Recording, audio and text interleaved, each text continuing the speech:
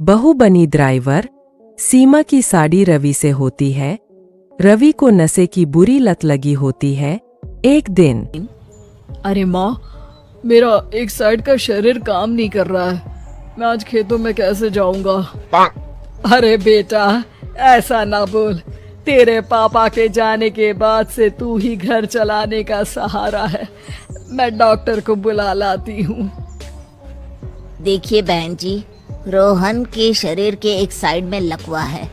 अब वो कभी ट्रैक्टर नहीं चला पाएगा। घर में मंहूसियत का माहौल हो जाता है। लीजिए माँ जी, रोटी खा लीजिए। अरे बेटा, मुझे तो भविष्य की चिंता हो रही है। मेरा एक ही बेटा है और वो भी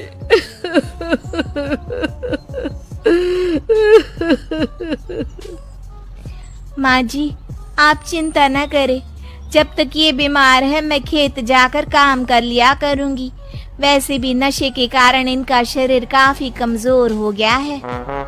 अगले दिन सीमा खेत में जाकर काम कर शाम को घर लौटती है। ये ले बेटा, पानी पी ले।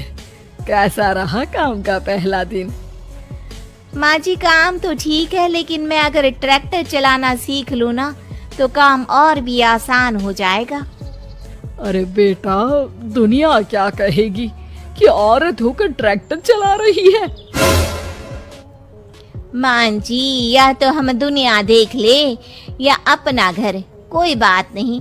जब ये ठीक हो जाएंगे तो सब ठीक हो जाएगा। अरे बहू, जरा बाहर तो आना। जी माँ जी। बहू, तेरे मामा जी आए हैं, तूने बुलाया था ना? हाँ माँ जी, वो मामा जी ना आज से मुझे ट्रैक्टर चलाना सीख। सीमा मामाजी से ट्रैक्टर चलाना सीखती है। वो मन लगाकर खेतों में काम करती है। और एक दिन माँ जी, पता है इस बार पूरे गांव में सबसे ज्यादा फसल का उत्पादन हमारे खेतों में हुआ है। इस साल तो खूब पैसे आएंगे। हाँ। सास खुश नहीं होती है। वो चुपचाप वहां से जाने लगती है। तभी सीमा उसे रोक लेती है।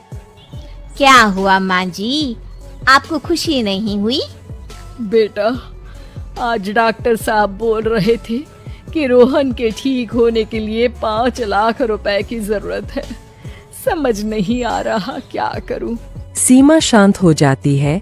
अगले दिन सास सीमा के पास आती है। बेटा, ये मेरे गहने हैं। इसे अपने गहनों के साथ जोड़कर सुनार को दिया। जितने पैसे हो ले आ, डॉक्टर को आज ही देने हैं। सीमा अपने गहने और सास के गहनों को लेकर दुकान में बेचकर पैसे लेकर घर आ जाती है। माँ जी, सिर्फ 3 लाख रुपए का ही इंतजाम हो पाया है। बाकी के पैसे कैसे आएंगे? बेटा, अब तो एक ही चारा है, हमें जमीन भी बेचनी पड़ेगी। माँ, खेत बेच देंगे तो खाएंगे क्या? अरे बेटा, कोई दूसरा चारा भी तो नहीं है। रोहन ठीक हो जाए तो वो मेहनत करके इससे भी बड़ी जमीन ले लेगा।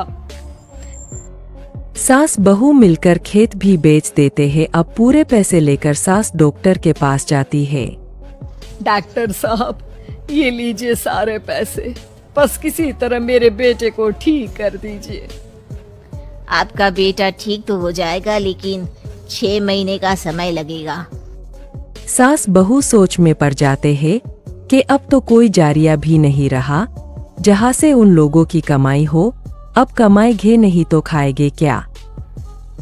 माँ जी, मेरे माता पिता ने लड़की होने के कारण मुझे ज्यादा पढ़ाया लिखाया नहीं, लेकिन ट्रैक्टर चलाना सीखकर मैं कुछ काम करने के लायक तो हो ही गई हूँ। अरे बेटा, ट्रैक्टर अब कहाँ चलाएगी? खेत तो बिक गए हैं। माँ जी, मैं किसी और के खेतों में दिहाड़ी में काम कर लूंगी, कुछ तो पैसे आएंगे ही ना।